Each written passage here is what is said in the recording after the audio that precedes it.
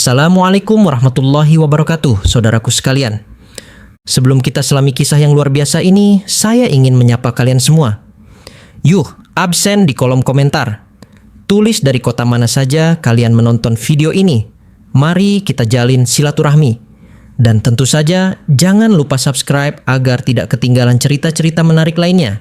Semoga rezeki kita semua berlimpah ruah tak terhingga. Yuk, kita mulai ceritanya. Musik. Seorang siswi sekolah menengah bernama Ajeng tiba di kantor polisi untuk mengambil sepeda motornya. Ia tidak menyangka hari itu akan mengubah jalan hidupnya. Dari ancaman pungutan liar yang kejam hingga konspirasi yang mengerikan, keberanian Ajeng justru menariknya ke dalam bahaya yang tak terduga. Siang itu, matahari terik menyengat. Ajeng melangkah mantap menuju kantor polisi. Ia masih mengenakan seragam putih abu-abu lengkap dengan lencana sekolah di dada. Wajahnya tampak lelah, namun sorot matanya menunjukkan tekad yang kuat. Ia membawa map plastik bening berisi surat tilang, bukti pembayaran denda, serta fotokopi KTP. Semua dokumen sudah ia siapkan dengan rapi sesuai petunjuk yang ada di surat tilang. Ajeng datang sendirian tanpa ditemani siapapun untuk menghadapi prosedur yang seringkali rumit dan berbelit. Sesampainya di ruang tunggu, Ajeng langsung menuju loket penerimaan tilang. Di balik kaca, seorang petugas polisi berjaga dengan wajah datar, tanpa senyum atau sapaan hangat. Ajeng menunggu gilirannya dengan sabar sambil memperhatikan sekeliling. Beberapa warga lain tampak sudah menunggu sejak pagi. Suasana kantor terasa dingin dan tidak ramah. Ketika namanya dipanggil, Ajeng maju dan menyerahkan semua dokumennya dengan tangan sedikit gemetar. Namun, ia tetap berusaha bersikap sopan. Ajeng memulai percakapan tanpa ragu. "Selamat siang, Pak. Saya mau mengambil motor yang ditilang. Ini surat-suratnya." Ia meletakkan map di atas meja loket, memastikan semua berkas terlihat jelas. Petugas hanya mengangguk singkat, lalu mulai memeriksa dokumen satu persatu tanpa banyak bicara. Matanya sesekali menatap Ajeng, namun lebih banyak fokus pada tumpukan kertas di depannya. Tidak ada keramahan atau penjelasan dari petugas tersebut, hanya rutinitas yang dijalani setengah hati. Ajeng berdiri menunggu proses selanjutnya, berharap urusannya bisa segera selesai tanpa masalah tambahan. Namun, di balik ketenangan langkahnya, Ajeng sudah siap menghadapi apapun yang akan terjadi. Ia tahu proses seperti ini tidak selalu berjalan sesuai aturan dan dirinya harus waspada sejak awal. Petugas itu mulai memeriksa dokumen Ajeng satu persatu dengan teliti. Gerakannya tampak malas dan ogah-ogahan. Kwitansi dan surat tilang disorot di bawah lampu meja. Lalu KTP diperiksa berkali-kali seolah mencari alasan untuk menunda proses. Suasana di ruang tunggu berubah tegang. Dua petugas lain di sudut ruangan beberapa kali melirik ke arah Ajeng, lalu bertukar pandang dengan raut wajah yang tidak nyaman. Sementara itu, suara telepon meja berdering lirih, menambah suasana gelisah di ruangan kecil itu. Tanpa banyak bicara, petugas utama mengangkat telepon, menekan beberapa tombol, lalu berbicara pelan dengan seseorang di ruangan belakang. Tidak ada penjelasan kepada Ajeng mengenai proses atau alasan penundaan. Hanya kalimat singkat, "Tunggu sebentar, ya," keluar dari mulut petugas sebelum ia kembali fokus pada berkas. Ajeng terdiam di depan loket. Perasaannya mulai tidak enak. Ia bisa merasakan tatapan penuh tekanan dan bisikan samar di antara petugas. Ada nuansa ketidakberesan, namun Ajeng memilih tetap diam dan menunggu. Beberapa menit berlalu, petugas lain keluar masuk ruangan sambil membawa dokumen, tetapi tidak ada satupun yang memberikan kejelasan kepada Ajeng. 1-2 kali mereka berbisik pelan, seolah mendiskusikan sesuatu yang tidak ingin didengar orang luar. Udara di ruang tunggu semakin terasa dingin dan penuh ketegangan. Meskipun di luar matahari sedang terik-teriknya, Ajeng mulai menggenggam mapnya lebih erat, seolah mencari pegangan di tengah tekanan yang begitu berat. Waktu berjalan lambat di tengah ketegangan itu.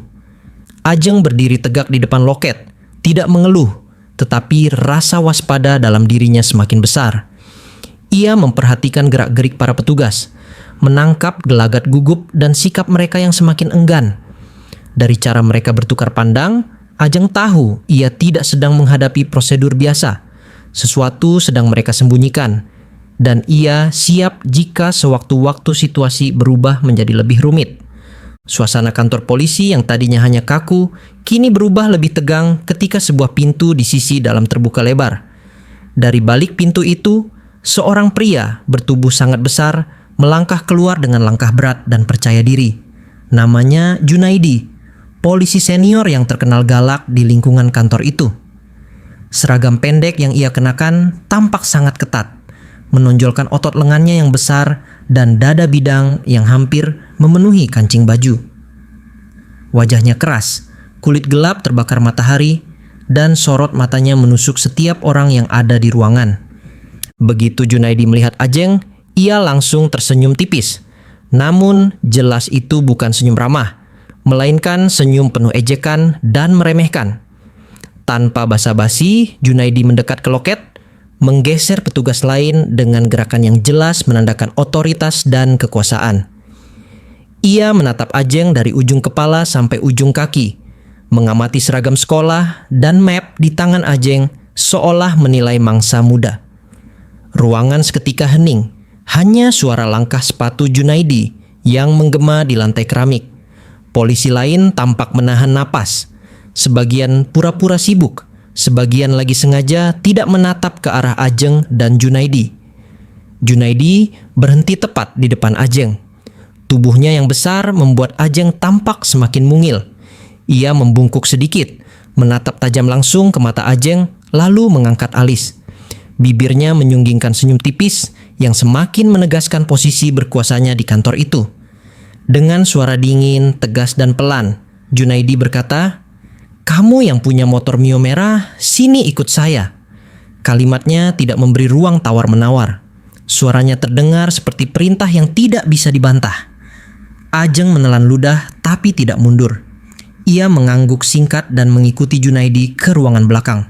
Sementara petugas lain hanya bisa saling pandang tanpa berani bersuara.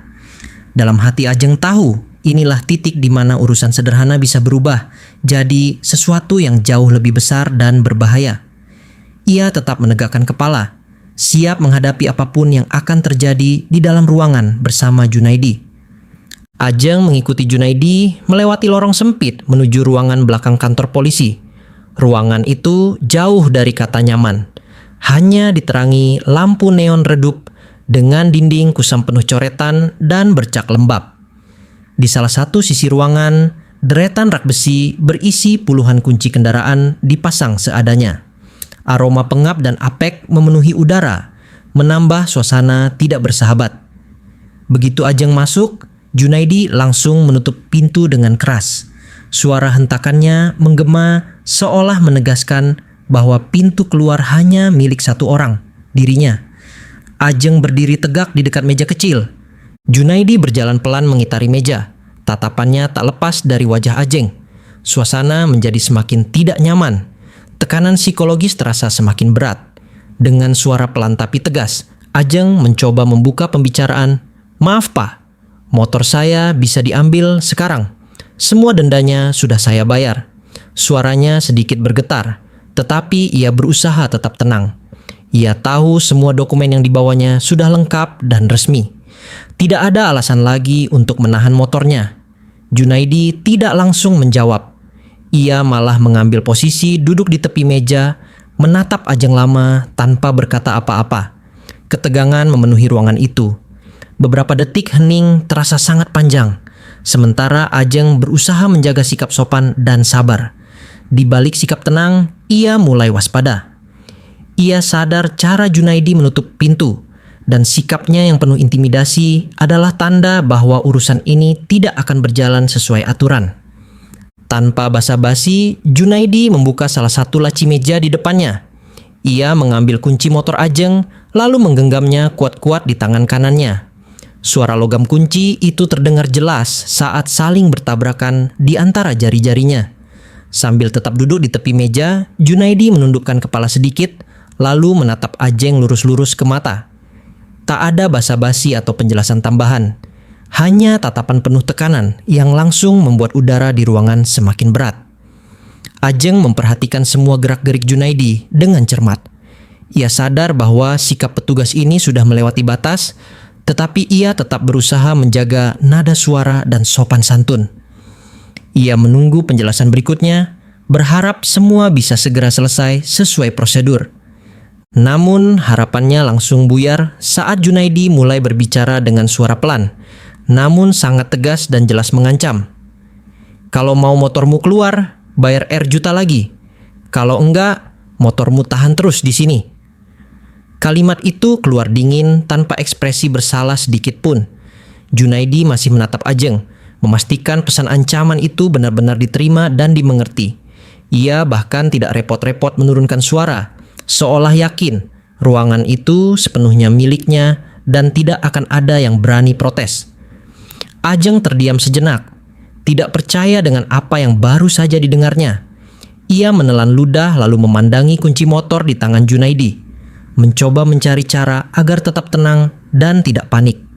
Tekanan dan intimidasi di ruangan itu semakin terasa nyata, dan Ajeng mulai sadar bahwa situasi ini tidak bisa dianggap remeh. Ia tahu kelanjutan urusannya hari itu bergantung pada bagaimana ia menanggapi permintaan Junaidi. Terima kasih sudah menyimak cerita ini di Aksara Sunyi. Semoga kita semua selalu diberkahi dan jangan pernah lelah berjuang untuk kebaikan.